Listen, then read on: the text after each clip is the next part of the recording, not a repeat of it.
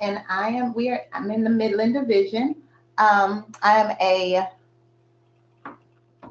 divisional coordinator for Pathway of Hope, and I'm also a system administrator for our SIM system. In a previous life, and still, I am a licensed professional counselor, and I spent many years working with children in the Children's Division custody.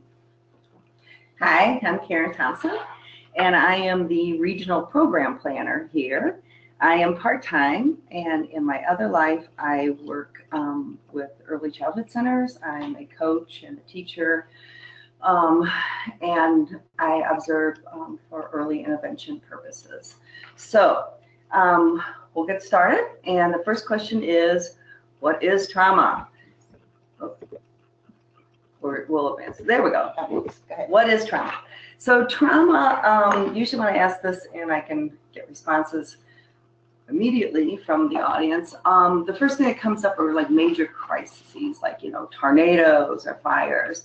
And actually trauma is many things. And what's real significant is it's different things to different people. So what may be traumatic for me may not be traumatic for another person. And there's a lot that goes into how we personally define trauma. So I'll turn over to Taedra. So in understanding trauma, we have the 3 E's: the event, the experience, and the effects. One of the things you'll see on this slide under events is that there's a phrase that says the actual experience or threat of physical or psychological harm, or the withholding of material or relational resources crucial to health and development.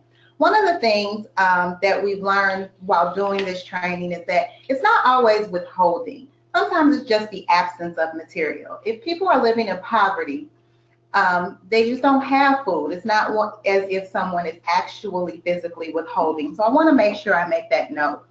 The other thing in event, we know that it can be a single event or repeated events.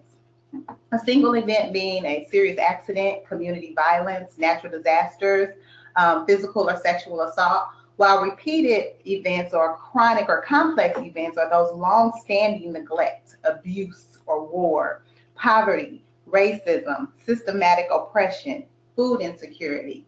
Those are the things we think of when we think repeated events. And then there's the experience of how someone assigns meaning to the event, as well as the effects. As awareness of the impact of trauma goes, it is important to understand that each individual's perception of what is traumatic may differ depending on their personal level of resiliency and the internal, external support networks they have. The experience of the event may be different, resulting in different effects. The first person may have few or short-term effects, while others without intervention may have more serious effects. Remember, only the person who experienced the event can say whether it was traumatic and what was traumatic. I'm going to now show a visual of the processing of trauma. How can I make this bigger? I know. And we'll just go through this. How do I get rid of this? I'm sorry, you all. There are so many things going on this computer. Okay. Treating traumatic memories. If you think of your mind like a factory, one of the jobs is to process the events that happen in your life. However, when something traumatic happens, and a traumatic is just something that, again, like I said, is an event or experience that is crucial to your development. When those things happen, it's so big that that factory, your mind, is unable to really process that information. Because it isn't processed, the event is prevented from becoming a memory. And this means that it remains a current problem. So you have things, again, let's take a situation such as a really bad car accident. Let's say someone dies in that car accident.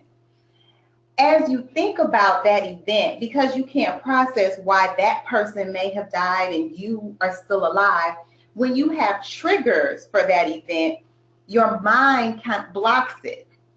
And what we see today, a lot of times in working with people, is because that's distressful to have that event kind of stuck there, there are behaviors and there are coping mechanisms that we use to then push that out of our minds.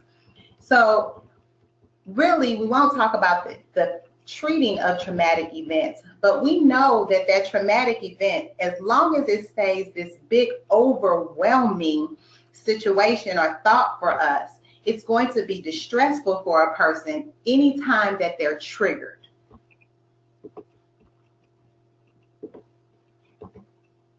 So again, in talking about trauma, you have private events, and private events include child abuse as well as domestic violence.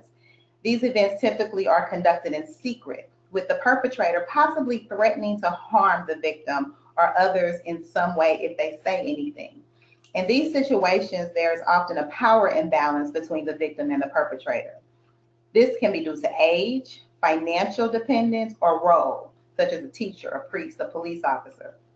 This is important as we learn that individuals with trauma histories often do not trust people in authority, as they have been harmed previously by such people. Each of us in our professional capacities may be viewed as an authority figure. This will impact the engagement that we have with people. Perhaps because of the secrecy and the power imbalance, people believe there's no hope and nothing will change. There's a sense of isolation that's often reported in these private event trauma, where they're cut off from others. People report feeling a sense of loss. Again, each individual sense of loss can be different, and it may not be the most horrific thing that happened. For example, it could be the loss of a child to the system or their inability to complete their education. Only the person who experienced the trauma can say whether they have a loss and what that loss is. So next, there is public event trauma. Public events that can be traumatic include natural disasters, car accidents, tornadoes, flooding. Here in Missouri, we recently had a huge flood, December 2015, and then we had another huge flood, April 2017. These events typically are shared experiences. Not only the people who were flooded were experiencing that trauma, but also those of us who watched it on the news, who had family members jobs were affected because of the flooding. They're shared experiences, and we talk about these. There's typically no judgment attached to public event trauma. So what happens when we're faced with trauma? And remember, trauma is something that threatens our very core, our well-being. Well, we have three responses: fight, flight, or freeze. And what happens is we have certain chemicals or hormones in our body that are released, and they affect things like our heart rate, our blood flow, our memory, and even our blood sugar. And these early on were meant to keep us alive, right? Going back a ways there. So we call that the primitive part of our brain, and are the lizard brain. It's just how we react. We don't think about it. It is an automatic or a natural reaction to the event. It's also can be unpredictable. Sometimes we may fight, and sometimes we may freeze, or sometimes we may run. So an acquaintance was telling a story, and I think that it really illustrates this very well. He's an uncle, and he was watching his nephews, and they were playing ball, and of course the ball went into the street, and the nephew immediately ran after it. And of course he, there was a car coming, and he grabbed the nephew and he said, "What are you doing? Don't do that again." And the nephew just looked at him and didn't respond. So, I work with children, and I see this all the time, and been guilty of myself. So when kids don't respond, what do? We talk a little louder. So he started yelling at him and really getting upset. And then the little one kind of took a swing at him. So first you had the freeze response. And then you had the fight response. And again, it was automatic because the little guy was in his lizard brain, having been, grabbed by his uncle, who was also in his lizard brain because he was frightened from the little one running into the street. I think that illustrates the different responses and how one incident can actually trigger several of those. So next we have chronic trauma. And what is that? That is multiple traumatic events happening to the same person. So it can be the same type of event over a period of time, such as abuse, or it can be different types of events that occur to the same person over a period of time.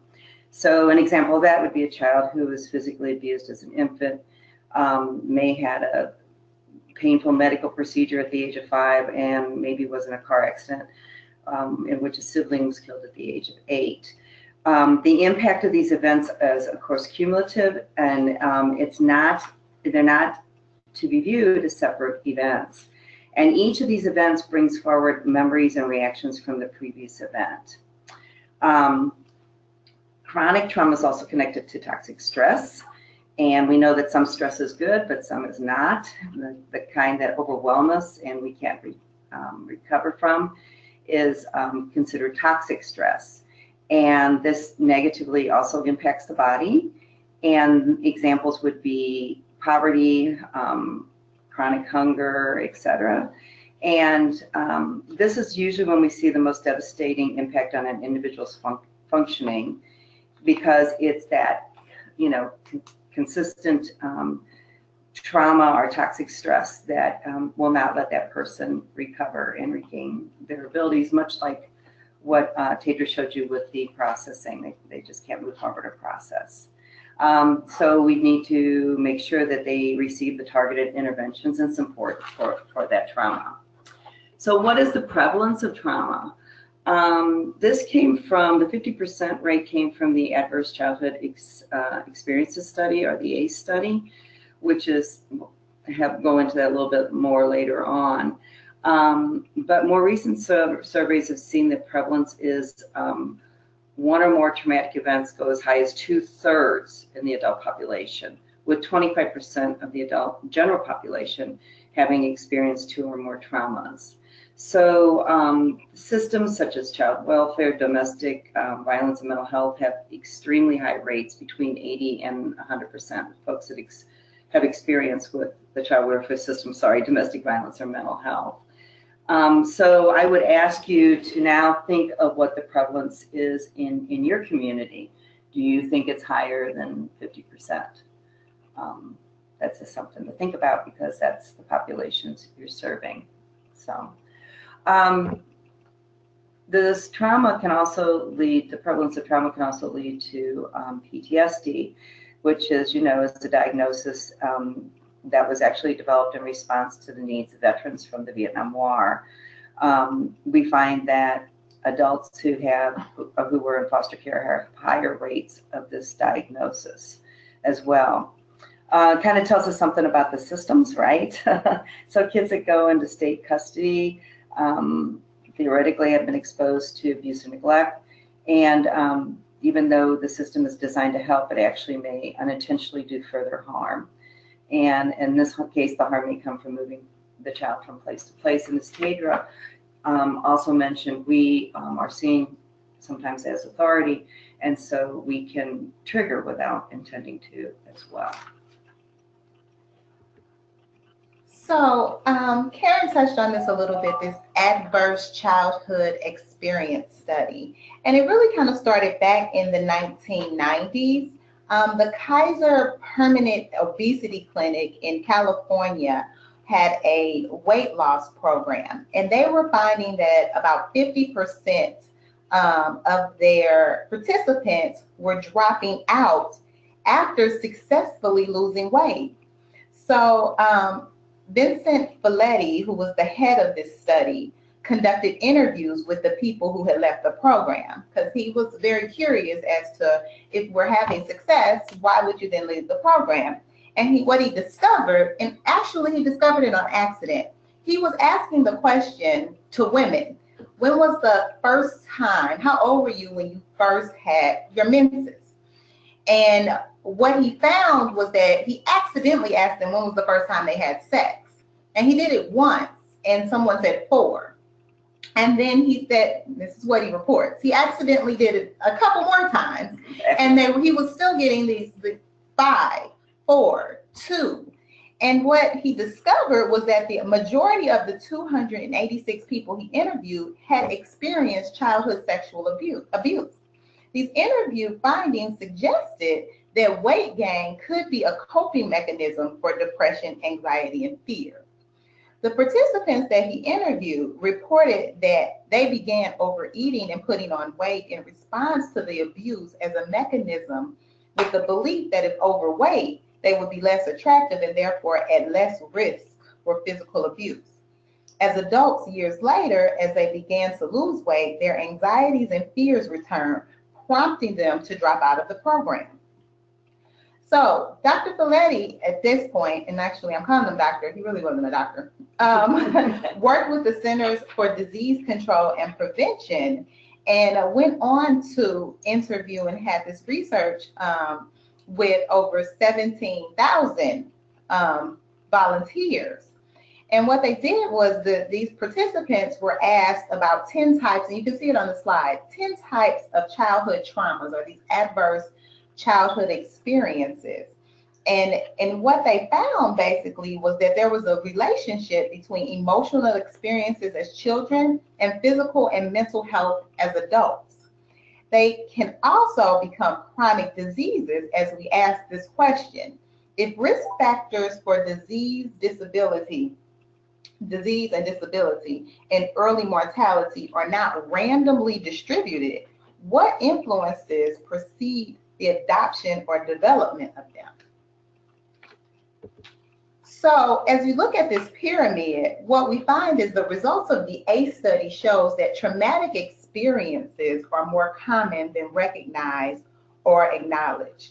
The study began to uncover how adverse experiences strongly related to development and prevalence of risk factors for disease and other health issues, even our life expectancy. So when you look at this pyramid again, you see the adverse childhood experiences and how it ultimately, when you see these as it grows, that if not really identified, can lead to many other factors. So some of those factors are these underlying of chronic depression. Here we see the relationship between exposure to adverse childhood experiences, and we'll just call those ACE, and the likelihood of having chronic depression. For women with 0 ACEs in their life, less than 20 of them ever received a diagnosis of depression, while those with 4 or more such experiences, almost 60 of them received such diagnosis. So let's talk about that a little, because you have to notice that women have a higher rate of depression across the board than men. And there are 2 reasons that we see that. One, women internalize more than men. So it may be at higher risk of developing depression in response to the experiences they've had. And it may also be because of self-report. Men are less likely to actually express and report feelings of depression, therefore not receiving any treatment.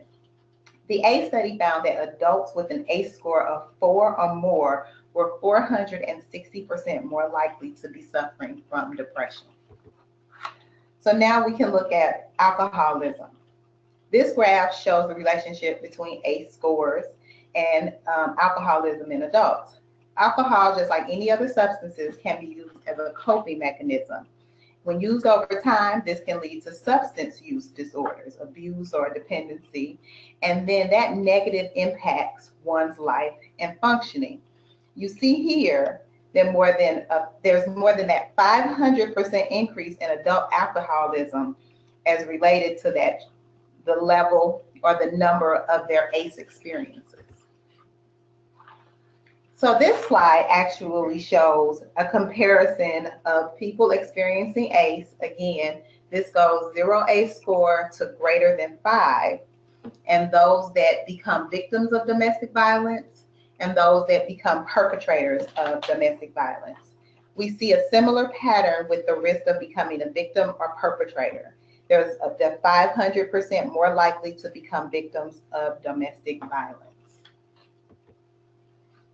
So this is one that we may see more in the work that we do, this impaired worker performance. As the number of adverse experience goes up, so does the risk of having higher rates of absenteeism, serious financial problems, or serious job problems. And that could include disciplinary actions and just difficulty maintaining a job. Keep in mind, this data is actually from employed and insured people. Those were the volunteers.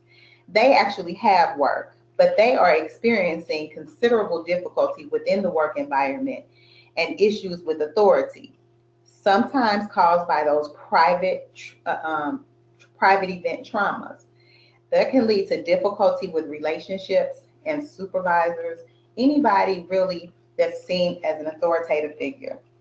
The ACE study shows a higher prevalence of chronic disease for people with higher ACE scores. Therefore, people with more health problems are more likely to miss work because they're sick. Missing work or having difficulties with the boss is going to make it difficult to get promotions, maintain employment, etc., leading to financial problems. So how does this happen? How do these childhood experiences result in these types of negative outcomes? Research now shows us that these childhood traumas impact our brain functioning. So to understand this, we first need to understand a little bit about how the brain develops. And this is the part where I apologize to neuroscientists all over the world, because I am not a neuroscientist. I just pretend to be one as I explain brain development.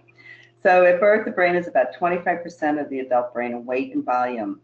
However, the newborn brain has about the same number of neurons or brain cells as that of an adult. So brain development is not about growing brain cells, it's about growing connection between the brain cells. And though we're all born with a brain that's wired to learn, so what we need to remember is what gets fired gets wired. How does this happen? Growing connections happens through stimulation and our experiences.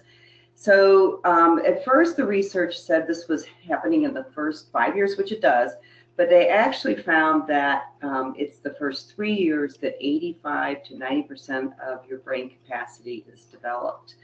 So needless to say, this is the most crucial period of brain development for any human being. So what do we do during this time to help this? Well, we provide the infant with positive stimulation. We're accessible, we're attuned, which I'll talk a little bit more about, and I don't have the link, but I'll give you, you can Google a really good YouTube on that. And we need to be responsive caregivers. It's real important that these cells and neurons have repeated exposure, so those connections get stronger and stronger to positive things. And so again, what gets fired gets wired. So adolescence is the second most critical part of development. In adolescence, the brain begins to prune the neural connections that are weaker because they're not used as frequently. This also happens in early childhood too, around the age of 6. We need to remember resilience, because sometimes folks will say, well, can the unused synapses return? Sometimes they can. There is a thing called plasticity in the brain, which will allow for continued growth and recovery. But we have to remember too that certain windows close and they don't open, so to speak. The next one shows the synaptic density of growing and pruning process. So at birth, you can see the dark dots are the nerve cells, with the long single strands being an axon, which carries the information from the nerve cell to the next nerve cell, where it is picked up and by one of the dendrites from another nerve cell. So you can see that at age 6, the picture in the middle shows increasing number of synaptic connections, and because it's so dense, and then the picture right shows the reduction at the age of 14. But knowing too that pruning does happen actually it happens around the age of 3. Again, later research helped refine this, and we realized that those first 3 years are just so incredibly important, and there's a lot of good literature out on that as well. So impact of trauma on the brain. We noted that experiences and stimulation lead to increasing development of the neural connections, and it doesn't matter whether the stimulation is from positive or negative events, the same process occurs. So repeated experiences lead to stronger and faster connections, and that results in more automatic responses. So this kind of relates to how we practice skills that we want to improve, such as maybe, you know, I don't know, I would say this is true, except my golf game does not demonstrate this at all. So the more I play, it's like the worse I get. But theoretically, the more I play, the better I should get, because practice should make you better. But and it also gets to be that we don't have to stop and think about what we do. We just do it. So if you think about if a child is exposed to repeated trauma, the child's response again becomes wired into the brain, and with repeated exposure it becomes stronger and a more immediate response. So we think back to the survival brain or the lizard brain and the 3 responses that are programmed into our brain: fight, flight, or freeze. And so when an individual is feeling unsafe or there's a trigger or a reminder of past trauma, this part of the brain automatically takes over and will not let the rational part of the brain and or the wizard brain operate. Really, it blocks us from using that part of our brain. So this is real important with young children, because then it can affect the child's memory, attention, cognitive development, and actually it changes the structural development of the brain, in that our midbrain, which keeps us safe, becomes overdeveloped. What does that mean? That means that we can't access then, if we're a child that has an overdeveloped midbrain, or even an adult that has an overdeveloped midbrain, we can't access our emotional brain and, more importantly, our thinking brain or wizard brain as easily as we could if we had a typical developing brain structure. So, so remember again that this is for positive and negative events. So the important thing of this is that you can be triggered, and the stress response can cause flashbulb memories, again, good and bad, and have intense emotional reactions. Again, this is especially true with triggers and little ones, because they experience things more physically, and so that'll have a greater physical impact on them. So the impact on the body, if you remember that visualization, when something triggers that traumatic thought and how it gets stuck and our brain can't process it, it starts to cause stress. And as a part of our body's response to stress, trauma, and the perception of danger, chemicals are released. And we're familiar with the impact that adrenaline has. A little of it is great. You know, it can help us get through situations like this presentation, speaking in public, running a race, when you're in danger. But too much for too long does not feel good and can literally wear out our bodies. Effects of increased adrenaline or other endocrine hormones in combination include increased blood sugar, increased heart rate, changes in your blood flow, increased endorphin levels, and this acute stress response takes a toll on your body over time. And if these biological responses do not return to normal baseline levels fairly rapidly, it causes disorders, it causes your muscles to break down, causes fatigue, your body wears down. And again, we see that in maybe that work performance. If I'm constantly tired, if my body is constantly not feeling well, I can't go to work. I can't do those things for my children that most people think that I'm supposed to do, but they don't understand really what's causing that. So this slide shows the pattern of the arousal under stress for individuals experiencing that chronic trauma. With a little time for recovery between events, and you can kind of see that lightning bolt that says the traumatic event, and it happens in this normal range window of tolerance. So you have this event and then you see it going up and down, and if it's chronic, eventually it takes you into that hyper arousal, or you get stuck in that low hypo arousal. For a little time, with little time for recovery in between events, the individual goes up and down and gets stuck. With the former, the individual stays in a higher level of arousal.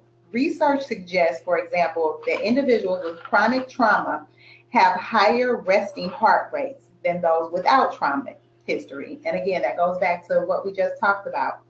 When hyperaroused, individuals may display hyperactivity, hypervigilance. They're always looking around. They seem nervous.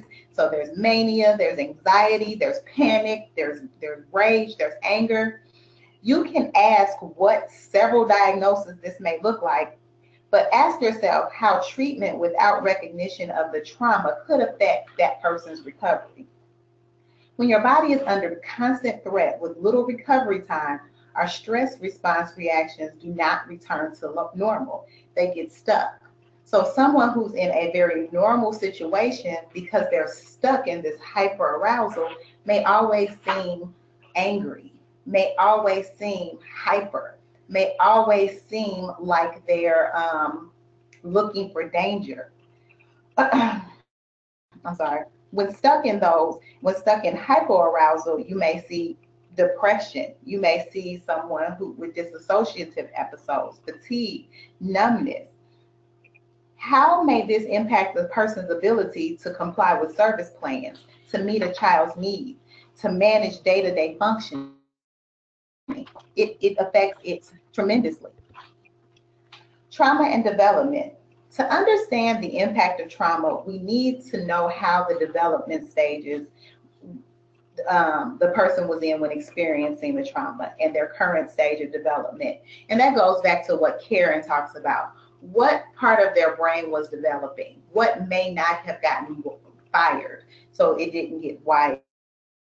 For example, a child who is sexually abused when a young child may receive appropriate treatment at that time, but as they move into puberty, new triggers may require additional treatment to manage the current developmental requirements. It's also important to emphasize that the effects of trauma are not limited to only specific stages of development and may continue throughout development until intervened upon. For example, if a child experiences memory problems and difficulties in paying attention, they may continue to experience that well into adulthood. So what do you need in early childhood? Well, you need an accessible, attuned, and responsive caregiver that can provide emotional regulation and help the little one learn how to interact with their environment. For example, when a little one cries, an accessible and attuned caregiver hears and understands the cry of the infant to know that there is an unmet need. You know, I'm hungry, I'm cold, I have a wet diaper, I'm tired.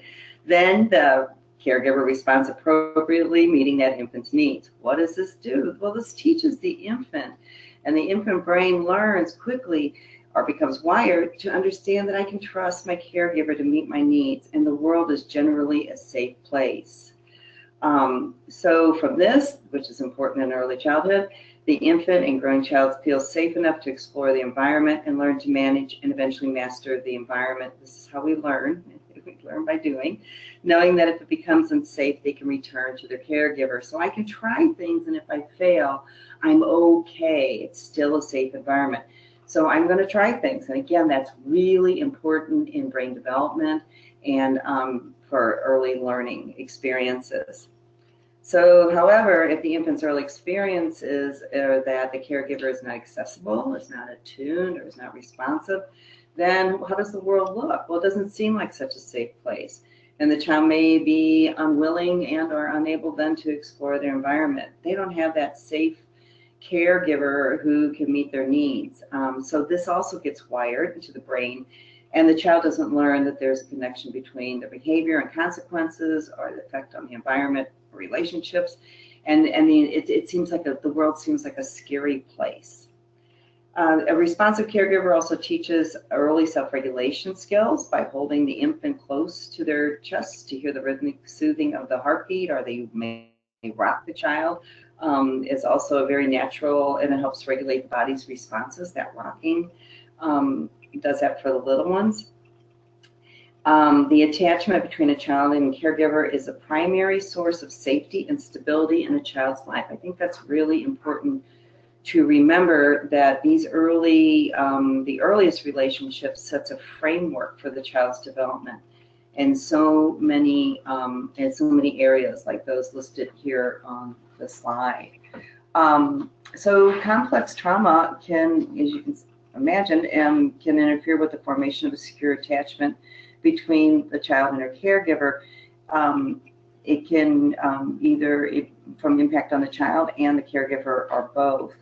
Also, to further illustrate this, like I said before, if you Google still-faced experiment by Dr. Edward Tronick, Tronick, you'll see, it's kind of hard to watch though, so just a little warning, because the baby does cry, but it really illustrates this attunement and attachment.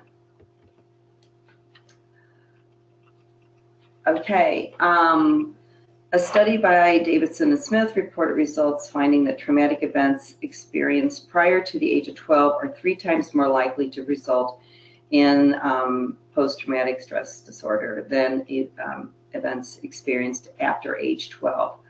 And that's because young children are most vulnerable to the impact of trauma. They are, due to a lot of reasons. One, they're rapidly growing brains. They may not have time to develop the cognitive capacities that can help manage the impact. We're also, as I said before, kids are more sensory driven, so the impact of trauma is seen much more than just the event. I mean, light, sounds, smells will trigger that as well, because that's how they're really processing it.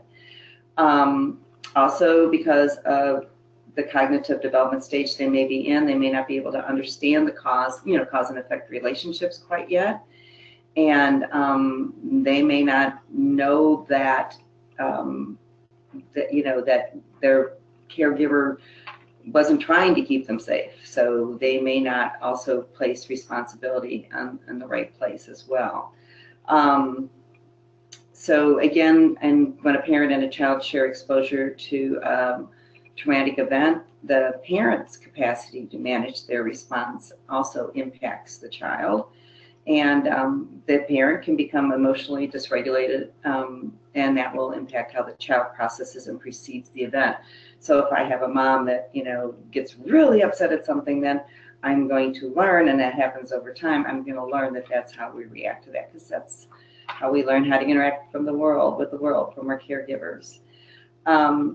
Also, because little ones have less real control over their environments, they have less ability to manage or respond to potential traumatic events, i.e. they cannot keep themselves safe, right? And actually, child abuse is 3 times the rate of the average for children under the age of 3. So it's 3 times as likely to occur under the age of 3. Next.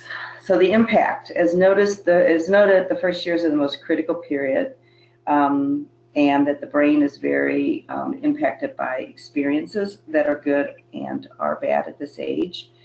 Also remembering that language may not be fully developed, and so it may be hard to capture the response to the event. And it may make this difficult then to frame the trauma or to talk about it with others. Another thing to remember is that our receptive language, meaning what we understand, develops a little faster, and sometimes way faster if there's a delay, than our expressive language, things we can get out. So we can take in a lot, and sometimes we just can't process that back out. So that's really important to remember that as well. Okay. So now, the impact of trauma on adolescents. And I want to start by saying that adolescents are going to behave oddly innately. Their bodies, their brains are going through a lot. And although this slide lists things of concern that we should note for adolescents that may have experienced trauma. We definitely want to say that adolescents are going through a development period in their lives that it's going to be very natural for them to keep things in when something happens. They're going through the stage where there's this sense of belonging. They want people to like them. They don't want to seem different. And so this is when traumatic things happen and they really internalize it. And so really the best way to work with or to talk to adolescents is really having communication and building a good relationship. And that's the best way to understand the behaviors and the things that we're seeing with adolescents. So I want to start with that. But I also want to say that we have to remember that this stage, adolescence, is the second most critical period of brain development, and that the adolescent brain has some unique characteristics even within typical development.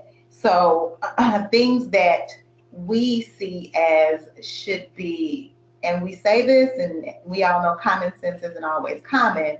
For an adolescent, they really are still developing that prefrontal cortex. So they don't really understand the abstract things. So things can be traumatic.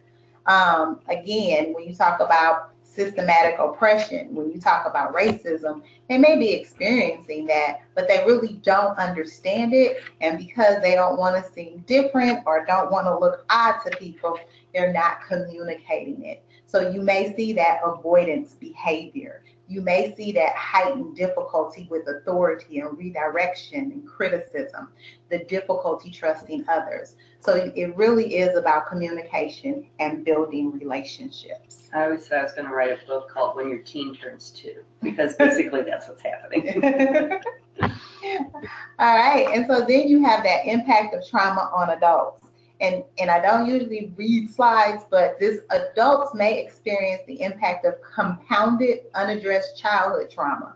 So they have their own ACEs, whether it's one ACE or two ACE or three ACE, and then they haven't really been able to work through those or identify those. And then those new traumatic experiences are going to happen throughout their lifespan. So when working with children and adolescents, we also need to think about their parents and their caregivers. We have to. The way an adolescent adapts to stressors, how they learn a lot about what to do, is what they see from their family. And it's been found when adolescents and children lack their parental support, they're more likely to have behavioral problems and emotional distress. So I learned once that the biggest stressor in a parent's life is their children. And their children is who needs them the most. So it's this cycle that then begins.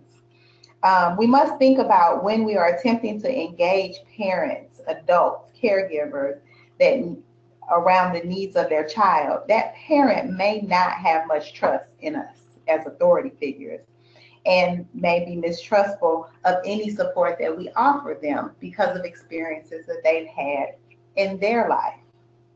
This slide looks at some examples of how trauma history may impact those adults. As professionals in our roles with children and families, we can change our perspective when a parent is not meeting objectives or goals, or when an adult, and I say because not all of the clients that we work with are parents. An adult is not meeting objectives or goals from being non-compliant or resistant, because that's what we say, they're non-compliant or they're resistant, to them being impacted by trauma, and help that adult manage their own emotions and behavior responses through a lens of being trauma informed. Now, there is a diagnosis for trauma. Throughout this presentation, we've discussed different symptoms or the impact of trauma. Many of these may seem very similar to symptoms of psychiatric disorders such as ADHD and bipolar disorder, because we talk about being hyper, very manic, and then we talk about being depressed. And we're still learning about the relationship between mental disorders and trauma. We certainly know that they can co-occur and that having a mental illness can place you at higher risk for the impact of trauma. The most frequently thought of mental disorder related to trauma is, of course, PTSD.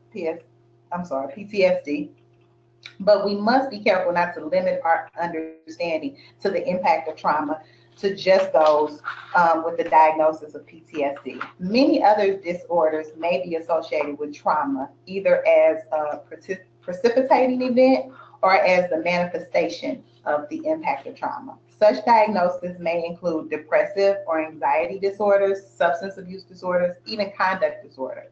We should always be aware of the potential impact of trauma and, if present and co-occurring with other diagnoses.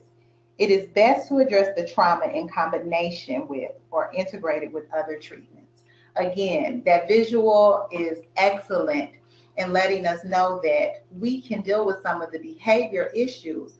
But again, if that trauma is triggered again and their brain isn't processing it, it may very well go back to those coping mechanisms, those unhealthy, those risky coping mechanisms that they utilize it to, again, push that out of their mind.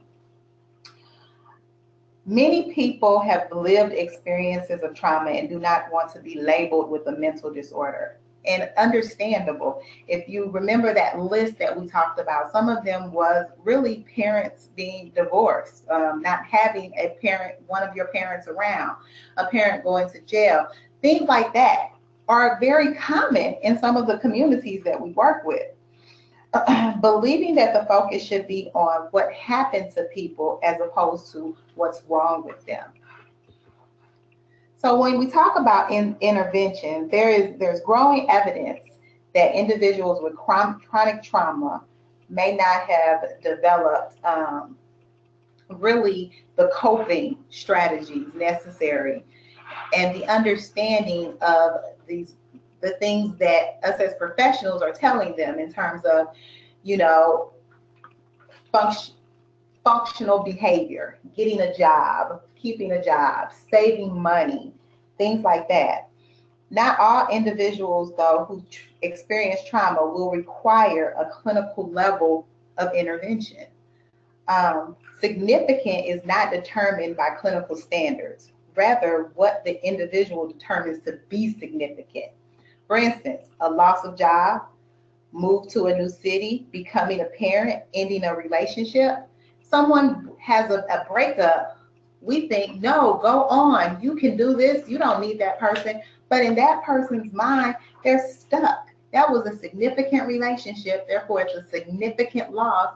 Therefore, when they think about it, they can't process why it ended. Therefore, I need to do something to take this off of my mind.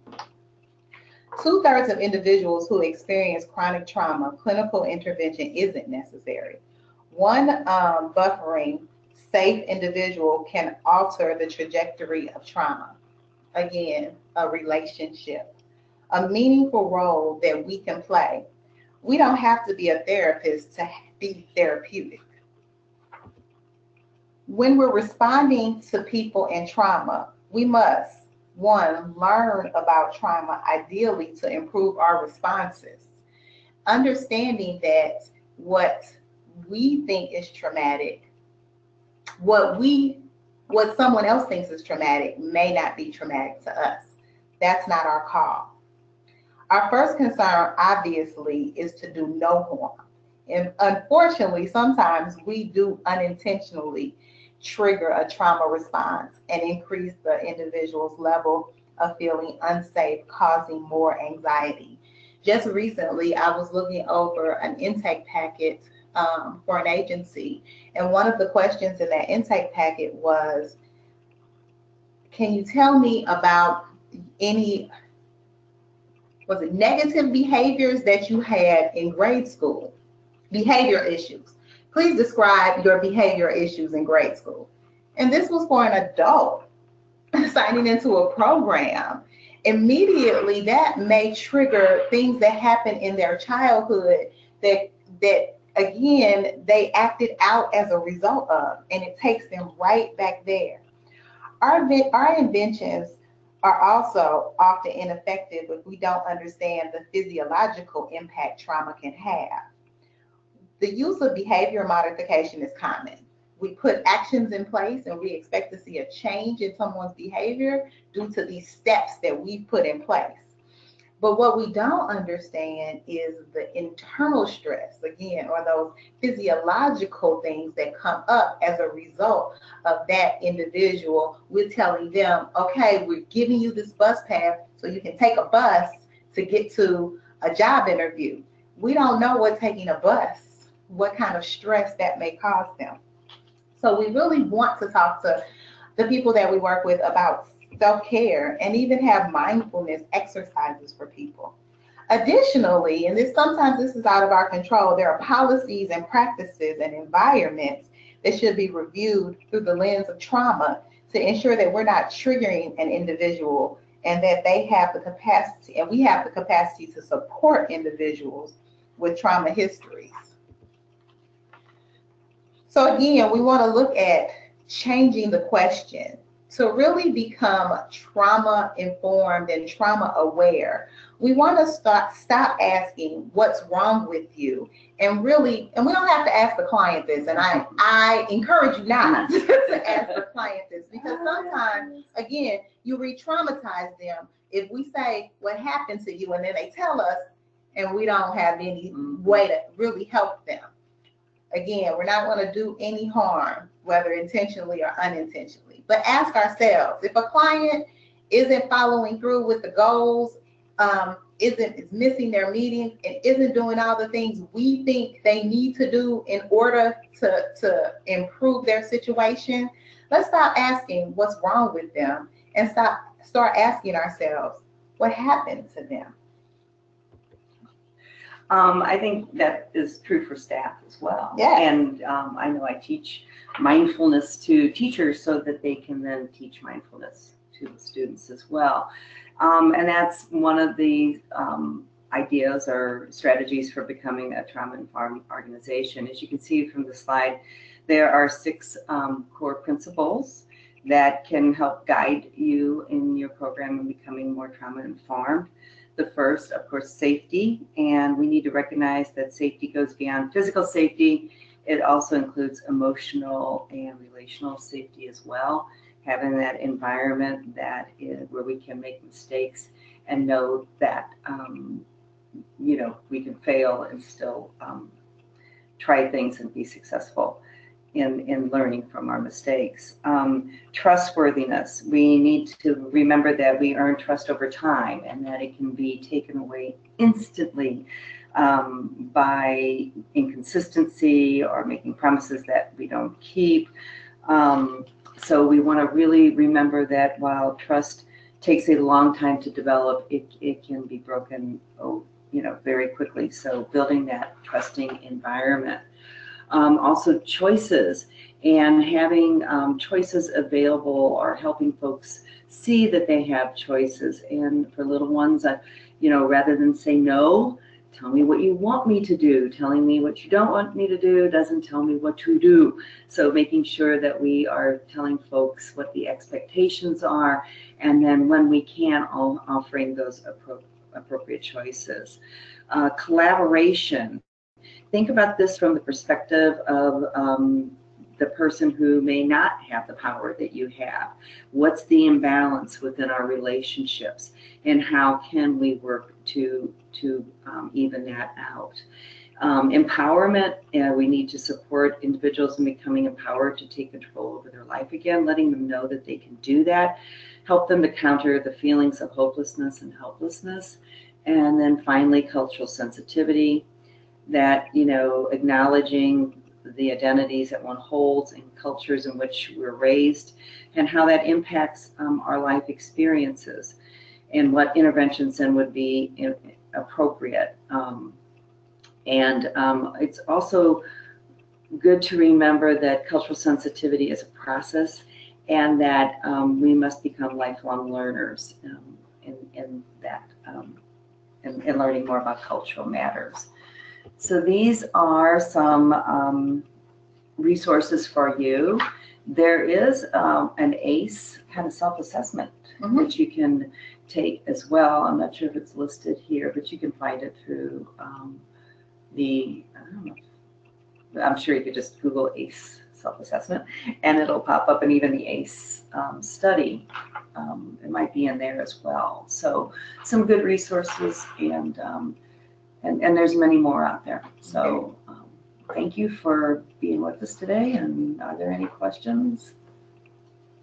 Yeah, so if anyone has any questions for the presenters, if you want to just type those into the chat box. We don't have any in yet, so we'll just hang tight for a second and see if anyone has any. Thank you guys so much for your presentation. Thank you. Yeah, it was our pleasure. Our goal is to help as many programs that are interested become trauma aware and informed. All right, last chance. You guys must have just done a great job and answered everyone's questions. It was a great job. It was very thorough, so it's also a lot of information, I'm sure. We'll get it that way, yeah. We'll hold on As it starts to sink in and things, it might take some time. So it was a lot of information. We realize that. So yeah. Well, thanks everyone for your participation today. I will follow up with the link to this recording as well as any handouts from the presenters in the next couple days. So you'll make sure you get that. If you could just please be sure to fill out that survey that'll pop up as you're exiting. That would be really great. And just a reminder that we will not have a webinar in December. You all are extremely busy, but we'll be back in January with a new series of webinars for 2018. So thanks everyone.